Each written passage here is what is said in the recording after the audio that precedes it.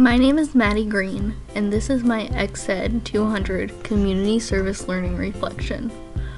For my service learning requirement, I volunteered with the Art Canteen. The Art Canteen provides services for individuals and families of the Harrisonburg and Rockingham counties.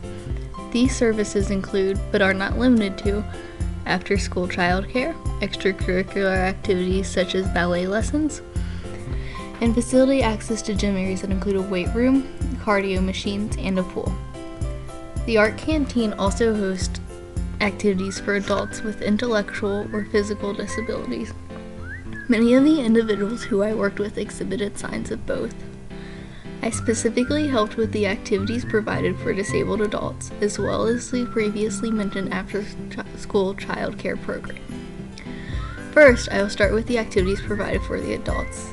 These activities, which included a game night and a Halloween dance, served as a form of respite care for the families of the disabled individual, as well as provided these individuals with the opportunity to interact with other individuals who faced similar struggles or had similar outlooks on the world.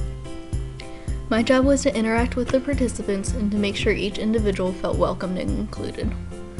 As mentioned before, I also helped with the after-school childcare.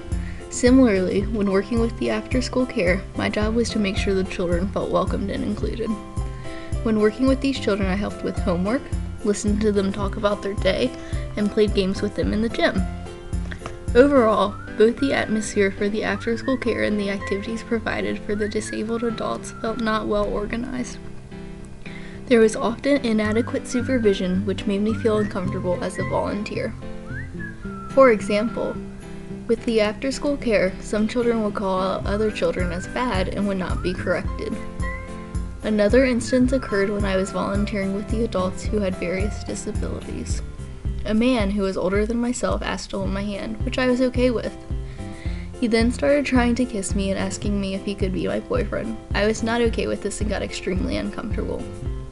But there was no one employed by the ARC to be found to help me get out of the situation that I was in. I did excuse myself, but feel like a situation of that sort could have been avoided or minimized if ARC employees were paying more attention. I was thanked every time I was finished volunteering, but did not feel supported while I was there. One of the things I found most challenging about volunteering with the ARC Canteen was how the employees spoke to the children overall. Several children expressed their dislike of having to go to the ARC after school because of how they were treated, and I couldn't blame them.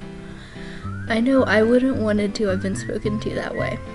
This being said, being able to interact with both adults and children was still a great opportunity, since I knew that I most likely want to work with geriatrics or young children.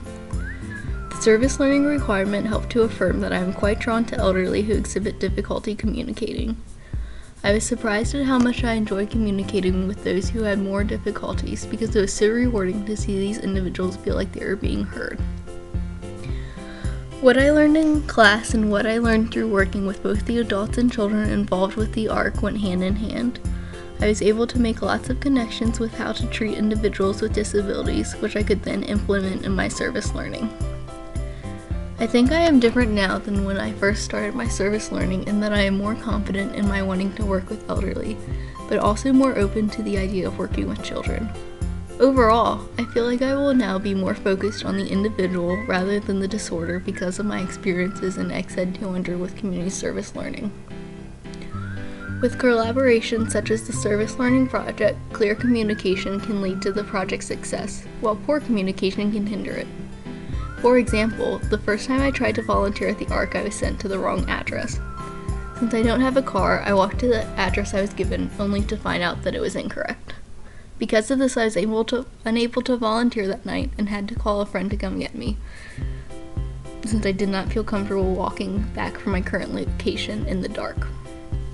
This experience challenged the assumptions I had that most disabilities share characteristics. While I knew that this was not the case, working with individuals with disabilities helped reinforce the uniqueness of each individual. What I learned most importantly about myself is that while I was using person-first language, I wasn't using person-first thoughts when it came to my concepts of individuals with disabilities. Because of this, I want to learn more about actively using person-first thought processes when working with patients and individuals with disabilities. What I learned the most through this experience was that no matter an individual's age or ability, everyone wants to feel heard and like they matter, which is crucial for a prospective speech pathologist to not only realize but experience.